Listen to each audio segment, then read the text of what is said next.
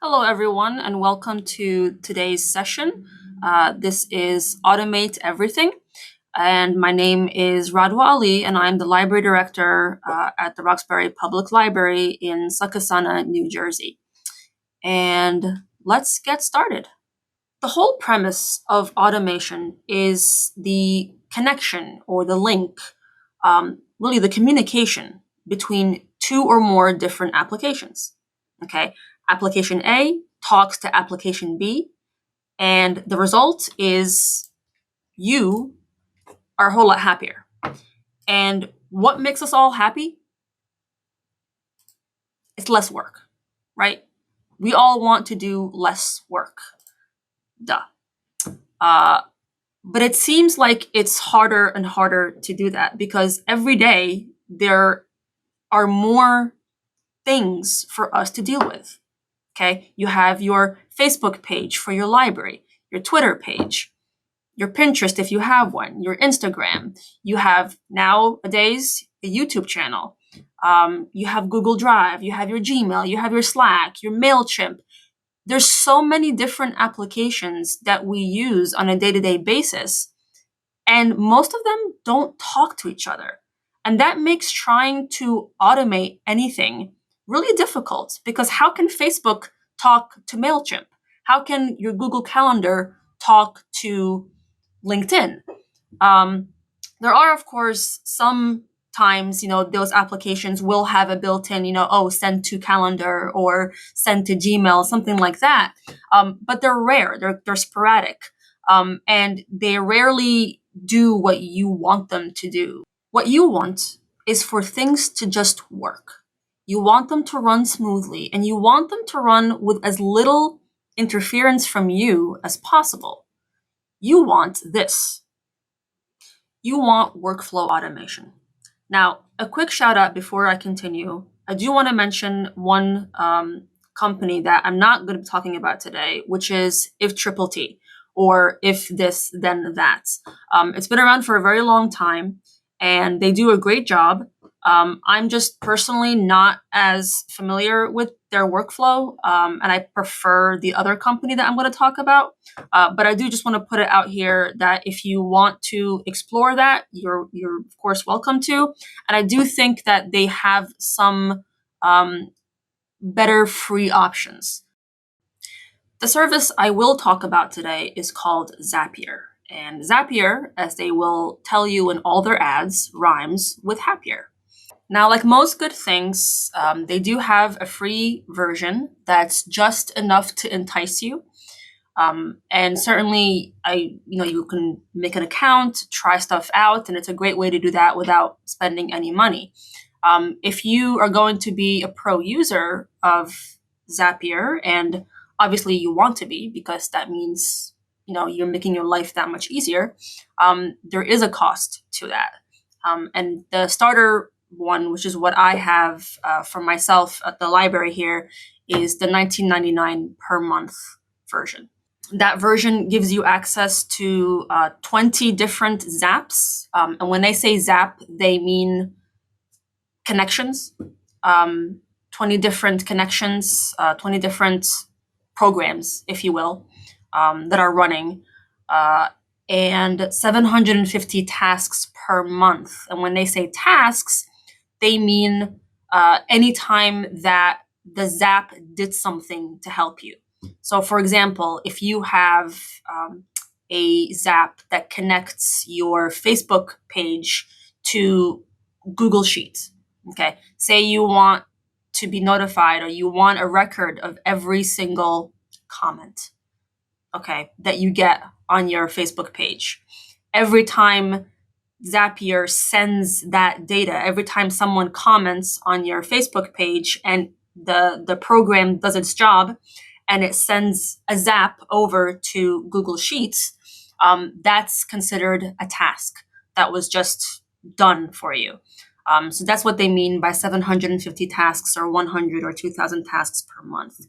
Those you can, if you see the arrows there on the starter and professional versions, you can increase those tasks for like an incremental amount of money versus upgrading, from starter to professional if you don't need that many tasks.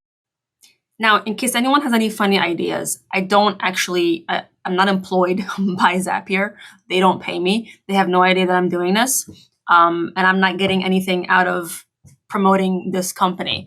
I just like their service that much. You might not realize it, but a lot of the work you do every day can actually be done automatically. With Zapier, you can automate repetitive tasks. For example, let's say you spend every morning downloading, then uploading CSV files full of yesterday's leads. You might even need to download email attachments and upload them into a cloud app for your team. Maybe you take the time to organize your day, your week's to-do list by grabbing tasks from email, chat, and wherever else. And while this work is incredibly important to the health of your company, it's time-consuming. You are meant for more than just data entry. With Zapier, using automated workflows, which we call Zaps, you can connect 2 or more apps together to do the busy work for you. Either create one from scratch or grab a pre-made workflow, which we call Zap templates. We have tens of thousands of Zap templates that you can turn on within minutes. Let's go ahead and set up a Zap with a template. Because my team uses Gmail for our email and Box for cloud storage, I'm choosing the Zap template with those apps. Don't worry if you use different apps. The principles I'm showing you in this Zap will apply to every Zap you make. This Zap will trigger whenever I receive a new email with an attachment in Gmail. It'll then upload the attachment to Box. With the template, all I need to do is authorize my Gmail and Box accounts. Personalize your Zap as much or as little as you'd like to ensure it's doing what you want it to. You can add a step to send a message to your team, or even filter which attachments are added to the cloud. Your Zap can be as customized as you need it to be, depending on what you need it to do. Again, Zapier is not paying me. That was a very quick overview of what you can do with the service. Now let's slow it down a tad and go over it a little bit more thoroughly. The anatomy of a Zap, right, which is a workflow, really consists of just 2 things. You have the trigger and you have the action. The trigger is when something happens in one application, which starts the Zap. Okay, so in this example, their Facebook Leads app, someone put in their name and their email address. That's the trigger. As soon as that happens in this particular example, an action takes place. Okay, and in this example, the action that the person programmed the Zap to do is to pull that data and apply it to MailChimp. Okay, so someone gave you their email address and their name in Facebook ads, in Facebook leads. Zapier then takes that information and copies it or pulls it and embeds it into your ad update subscriber in MailChimp. And that's it. Okay, instead of you having to go in and pull up all of those email addresses that you just got off of Facebook and copy and paste them and put them in manually into MailChimp, this Zap takes care of that all automatically. As soon as somebody enters their email address in Facebook, boom. The best way to discover workflows that might work for you is really just by exploring the different apps that can be used inside Zapier. There are over 3,000 of them. Okay, and they're grouped by the most popular over here, by different app categories. So like app families and business intelligence, commerce, communications, and so on. Again, there are 3,000 apps. There's a lot. Chances are, if there's a website that you use, any kind of website that you use, the odds are it's probably incorporated in Zapier. Keep in mind that some that say premium, like this one right here, those are not available in the free tier. You'd have to pay for a minimum the starter tier, which includes 3 premium apps. So just keep that in mind. There are some things that are premium only. But if you click on, say, Gmail, and you go into the app profile, it'll actually tell you, it'll give ideas for what you can connect it to, and some, possible automations that you could try. So examples here are send an email when a new lead comes in. So this is if you have Facebook leads ads, which is, if you're marketing on Facebook, you would have this. You would get an email every time a lead comes in. you could have an automation set up where every new attachment that you get in Gmail goes right to Google Drive, right? How many times have you searched in your email just to find an attachment because you couldn't find it anywhere? Wouldn't it be great if you just automatically saved it to your Google Drive? Save new Gmail emails matching certain traits to Google Spreadsheet. So you can set up an automation where every email that you get from a certain person or every email that you get with a certain subject or a certain keyword or whatever you want ends up in a Google Spreadsheet. So examples, every time you get an email, say you have a generic kind of contact email on your library website, right? For us, it's comments@roxburylibrary.org. So every time I get an email there, I know it's from someone out in the world who is contacting us from the website. Well, that's basically customer interactions, all those emails.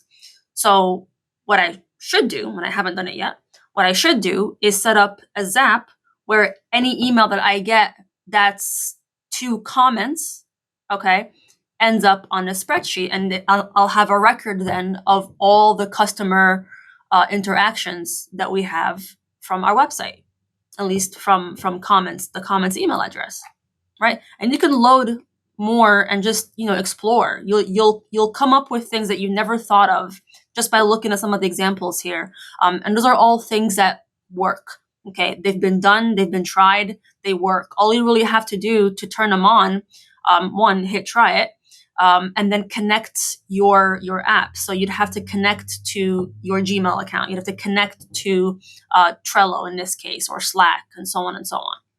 All right, so let's go ahead and just do one right now in real time together. All right, I'm gonna do something with, let's look up Facebook. Okay, we wanna do Facebook, and let's do Facebook pages since we all pretty much have a Facebook page for our library. Let's do that. And let's see, those are the apps that you can connect to it. There's a lot, those are the page numbers, so there's 41 pages of apps. But let's go down here and see what are some popular zaps we can try.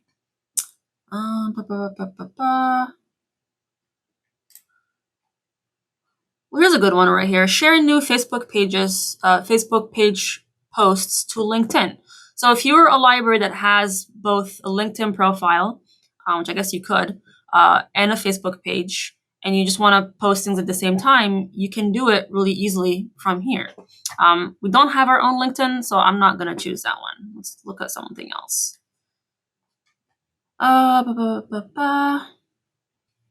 Okay, so I don't have Twitter either, but I think a lot of you do. So this would be a really good one right here. Okay, post your new tweets to a Facebook page. And I think you can do it the other way around too. Post on Twitter the same content posted on Facebook. So that saves you some work right there if you choose to do that. But let me go ahead and just do this one. Save new Facebook page posts to Google Sheets.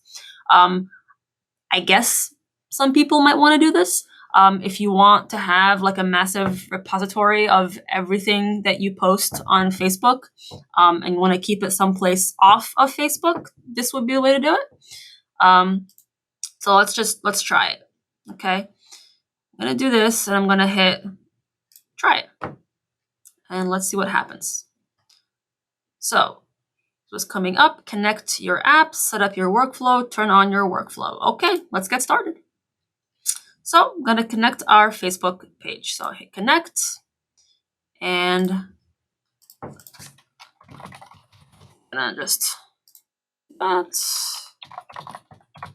Oops. You log into your Facebook page. And I have previously done this. Great. Continue as myself. Okay. Let's see. We're going to hit next. It's asking me what page to use. It's got the library right there. So I'm going to select that and hit next. All right. And I've already connected Google Sheets previously, but if I hadn't, it would be the same thing. It would require me to log in with my Google account. but I already am logged in. It has it, so here it is. So I'm gonna go ahead and hit next. Okay, and then which drive do I want to use? I'm going to go for, let's put this in the library, actually. This is the one that all of our staff have access to. So I'll do that, and I'm going to go next. And I am going to create a new spreadsheet for this.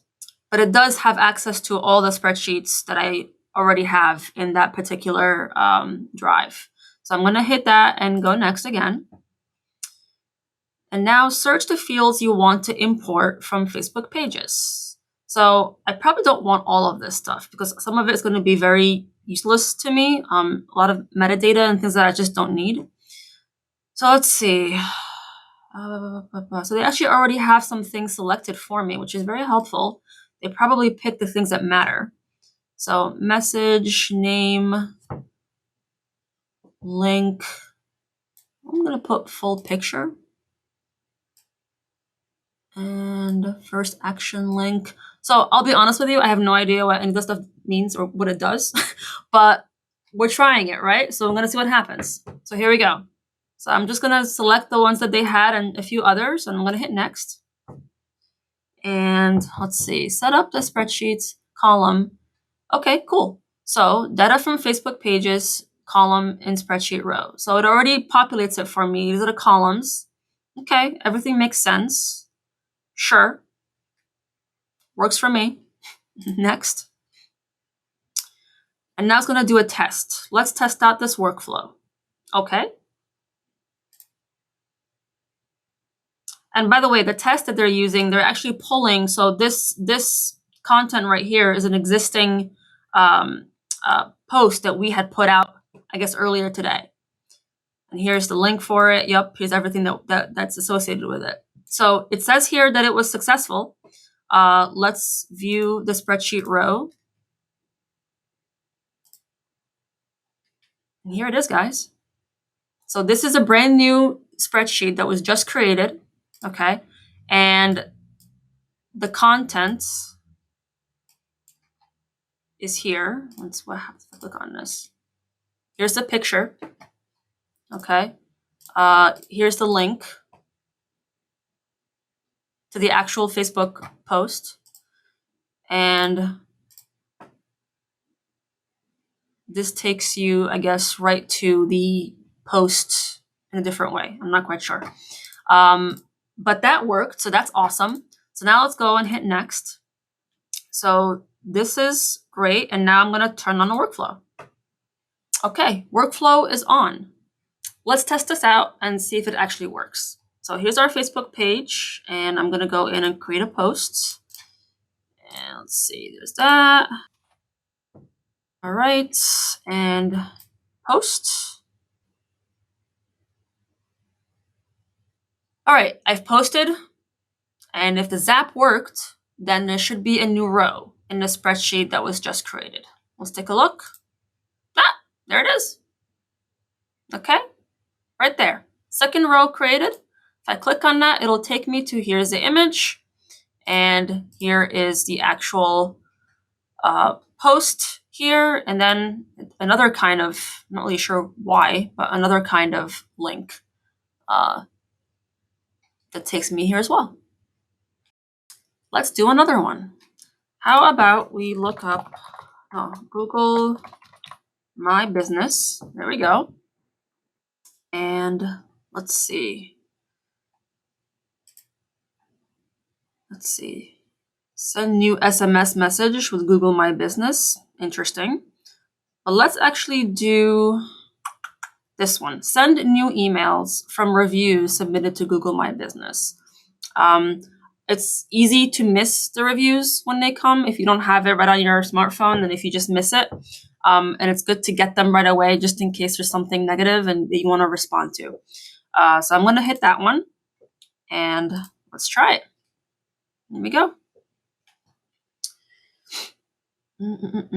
All right, so I have to sign in to Google My Business. So here we go. And it's under my account. Allow. Of course, you have to allow all these things. Allow. Okay, continue. And I want the library. Continue. Test the trigger. So it's going to pull a recent review from Google My Business. 5-star rating. Excellent. Continue. And then I'm going to have it to an action, which is going to be send an outbound email. Okay, so send an outbound email. Continue. 2, I'll have it go to myself. So 2.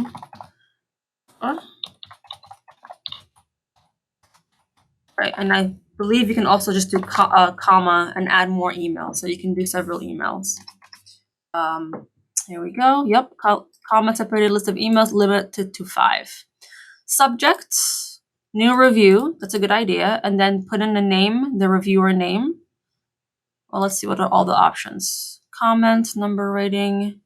Okay, so I will do the name. You can also do more. You can do the name, and then we could also do something like / and then the number of ratings so that you see it right away without having to dig into it. And let's see. I could just put in a comment too. Why not? Right there in the subject. Why not? Okay, I don't really want attachments. No, it's okay. I don't want attachments.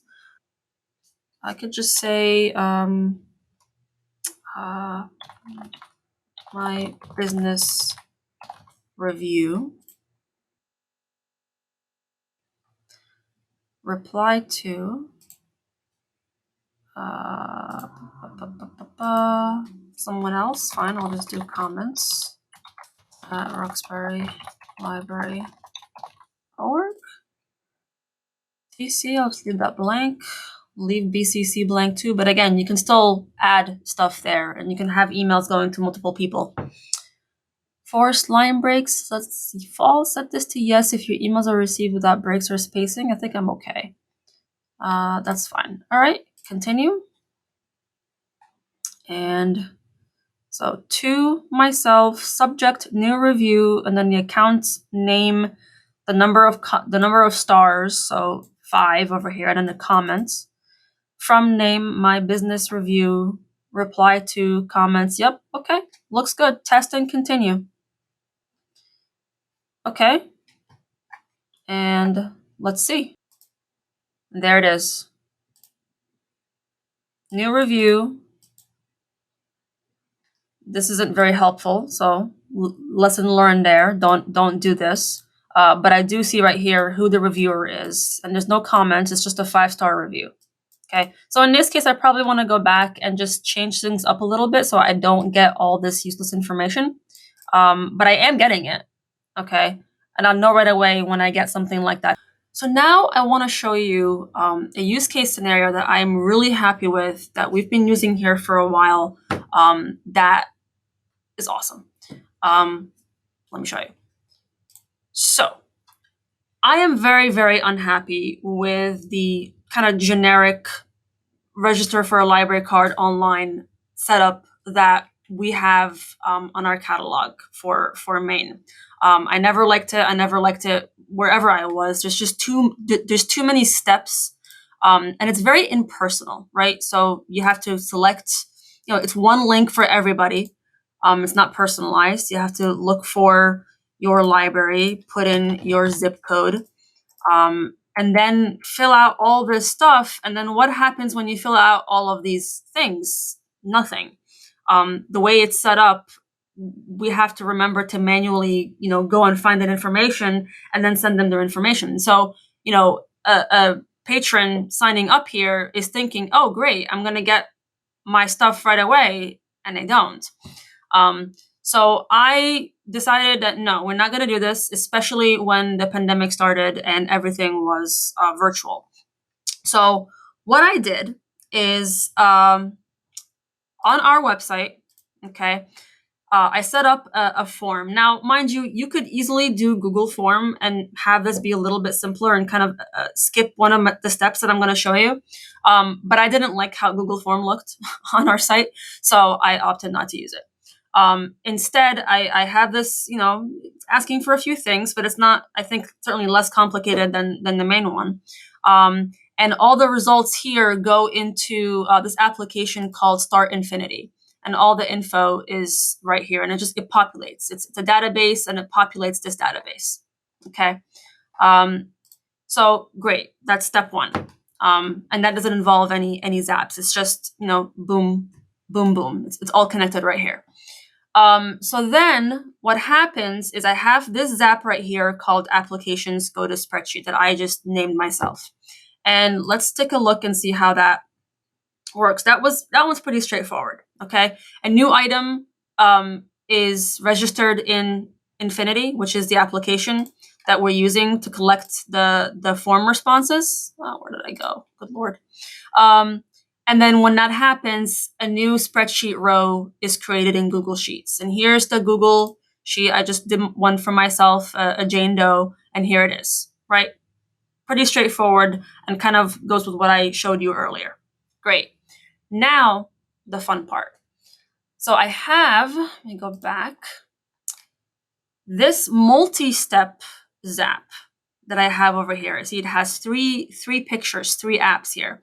And by the way, you can't do multi-step stuff unless you have the starter version, the starter plan, which is a paid plan, okay? So let's go in here. So let's take a look and see what it is that I'm doing. So the first thing that happens, the trigger, is let me just close out of all this stuff, is this trigger right here. Something shows up on this spreadsheet. A row is created. And the row is created because I have another trigger, right, that sends everything from here into here. Okay, so when that happens, that's done. Now we have a new zap that's happening here. A new row is being created. That's the trigger. And how come okay, then here's the fun part. Okay, we check this spreadsheet every day. All right, I can do a trigger, I suppose, and have it email one of the staff every time this gets updated. I could just do that, but we just check it every day, and it's fine. Once a day is plenty. So we go in here every day, and because I actually did something extra. Let me show you in this, the application goes to spreadsheet one that I kind of skipped over. So we have the action happening, right? Choose app and event. Here's the Google Sheet, my account, right? And there's the spreadsheet, right? And timestamp and so on and so on and so on. All this information is all in there. I did something extra, okay? So this form does not have library card number or PIN, okay? But I added them here, right here. Library card number and PIN to this spreadsheet, okay? So this stuff does not get populated. Staffer is the other one that I added to so that we know which staffer took care of this person. So everything up through this column gets collected, okay? Staffer, library card number, and PIN is something extra that's there in the spreadsheet for us to go in later on and add their information. So those fields are always going to be blank in this particular zap. This is important. If we go back to look at the other zap, okay? So we have our trigger, we've updated the spreadsheet row, fantastic. Now, I have an if then kind of thing going on here, okay? What's happening here is the next part of this zap does not take place, okay, until something else happens, all right? The spreadsheet is updated with a row. Great. Now we need to go in and do something to it. What is that something that we're doing? We gotta make their account, right? We gotta copy and paste all their information, put it into Polaris in our case, okay? make them a library card, and then go in here and add their information, library card number and PIN. Okay, let's just pretend right here 1, 2, 3, 4, 5, 6, 1, 2, 3, 4, 5, 6, whatever. I'm going to leave the PIN blank for a moment because I want to show you something.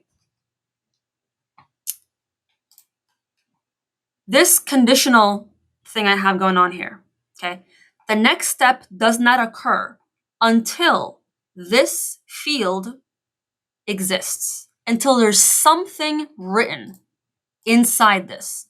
So long as it's blank, okay, so long as this field is blank, the next step does not take place, okay, which is this email that we're going to look at in a minute, okay? So it's blank, we get the library card number, put it in. The second I go and put something in here, that will trigger the next step in my Zap. So I'm just going to do that, 1, 2, 3, 4, and enter, all right? Let me show you what the Zap does, and then I'll show you what actually happened. Okay, so now something exists in this field. Great. Now it's going to continue. And the next step is going to send an email in Gmail. And what is it going to do? So Gmail, send an email, right? Choose account. It's my account. Set up the action. Here is the action. It's going to send an email to whatever is under email, which in this case is underneath column J. Okay. The example that you see here is from a test example from a while back. So pretend this person is me for a minute. Okay, it's sending an email to that field address. Okay, it's BCCing myself and 2 staffers so that we're all aware that, oh yeah, that person got their thing, and we can sort of monitor it and maintain it and make sure things are working correctly. The from email is going to be from me. The from name, we have it set at Roxbury Public Library, which you can just change and put in whatever text you want.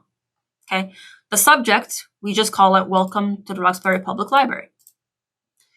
The body type is an HTML thing, which I'm not going to get into because it's a little bit complicated, but I actually made a whole HTML, like a template for an email template that I'm using in here in lieu of kind of simple text. And you'll see that in a minute that it looks a lot prettier. Okay, but I'm going to scroll down just to show you. Ah, there it is. Okay. So this is the email that I created in HTML, and you'll see here that I've actually added in these fields here. All right, I'm telling the Zap to pull information from the spreadsheet and to put here. So if you see this, it says here, dear blank, colon. It's pulling the data from column B. Column B is their first name. Okay? Over here, library card number, column M. Column M is the library card number. And then, of course, the PIN, column N, is right there under PIN, column N. So that email that's being sent out to any person who signs up for a library card is personalized. It has their name, it has a library card number, it has their own PIN number, and it's pulling all that data directly from this spreadsheet here. Okay, and it's all we are doing is obviously registering their library card, which we have to do anyway. And then all that we're doing is going in here and updating this PIN. Because the minute we hit enter, we put in a number here, we hit enter, all this information then gets fed into the last part of the Zap. Okay, and here we go. Signature from me. It gets into put into a label called new patrons that we have set up. No attachments, and that's really it. We've already tested it. We know it works. It's already on. And now if I go back to my email, here it is. Welcome to the Roxbury Public Library. And here's a nice personalized email that everyone gets from my from my library.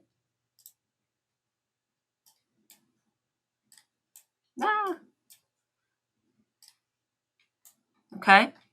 It has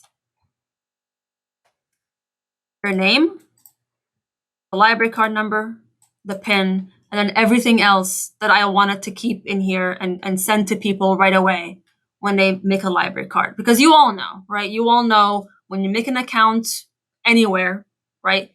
Pretty much anywhere, you get an immediate email right away. Okay, you get an email right away, a welcome email of some kind, some important links, maybe some things that you want to save somewhere. And this is what it is. This is it. And this you can't do if you're using the generic, new library card registration on Main or Buckles or wherever you are. So we opted to do sort of our own thing. It's a little bit more work, but the result is a lot more personal, and just, I think, a lot better. And like I said, really, once you create the Zap, the only thing we're doing is just going in here every day and updating this. Okay. Now I could do another Zap, make it even better. Okay. Do another Zap so that every time a row gets added here, one of us gets an email to alert us. That way we're not waiting, a whole day. If they do it in the morning and we don't get to it until later that afternoon, maybe not the best customer service. Maybe we should do it a little bit faster. So that's something that we can easily do. There are limitless use case scenarios. Okay. Consider your own library, consider your own personal work style, your own habits, your own day-to-day tasks. Anything that has any kind of data entry can be automated. All right. And there's so many ideas just by browsing the site, just by looking on the Zapier site and seeing what kind of apps they have on there and how they're being used. You can come up with so many ideas. If your team uses Slack, you can have it send a Slack message whenever a Google Sheet row is updated. If you like to use Asana, which is a great tool that I personally use, you can create a new Asana task from any Google Calendar event that you put on your Google Calendar. Okay. If your friends or your foundation or your library uses Stripe for any reason whatsoever, all right, anytime you have a transaction, you can create a row on a Google Sheet. Eventbrite. Some libraries are using Eventbrite for their attendee and event management. You can have it so that every single time there's a new Eventbrite attendee, it gets added to your constant contact mailing list. Instagram photos can go right to Dropbox. Instagram media can go right to YouTube as videos. If you post a lot of videos, and you can just do it in one go. If you use WordPress for your website, okay, any WordPress posts that you publish can go right to your Facebook page, and vice versa.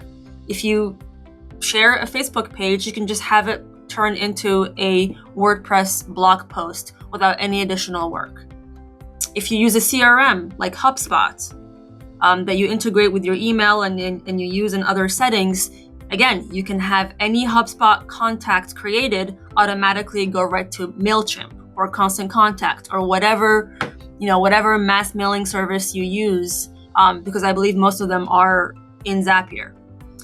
If you're a library that uses a time tracking software like Clockify, you can have it start a timer when a new Google Calendar event starts. You can actually keep track of how much time you spend in certain kinds of meetings and so forth. On the personal side, you can post new Spotify tracks in the playlists to Slack. Okay? You can create Zoom webinar registrants from new Eventbrite orders. So again, if you're using Eventbrite to manage your events for your library, you can immediately make them into Zoom webinar registrants just by having them sign up on Eventbrite. You can create a Zoom meeting automatically from a new Calendly event. You can use Calendly to schedule one-on-one meetings with people, and then just have it create an automatic Zoom meeting without you doing any more work.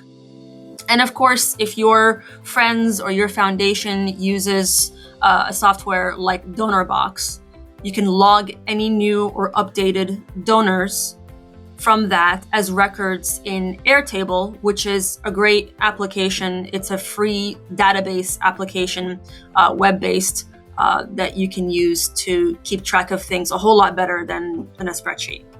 I really hope you found this session helpful and that you learned something. Your time is so valuable. You deserve to have more of it. With some creativity and tools like Zapier, If This Then That, and other workflow automation tools that are out there, you can clear up your time for more important things. Thank you for joining me today, and thank you for participating in this conference. Again, my name is Radwa, and I'm the director of the Roxbury Public Library. This has been Automate Everything. Thank you so much. Bye.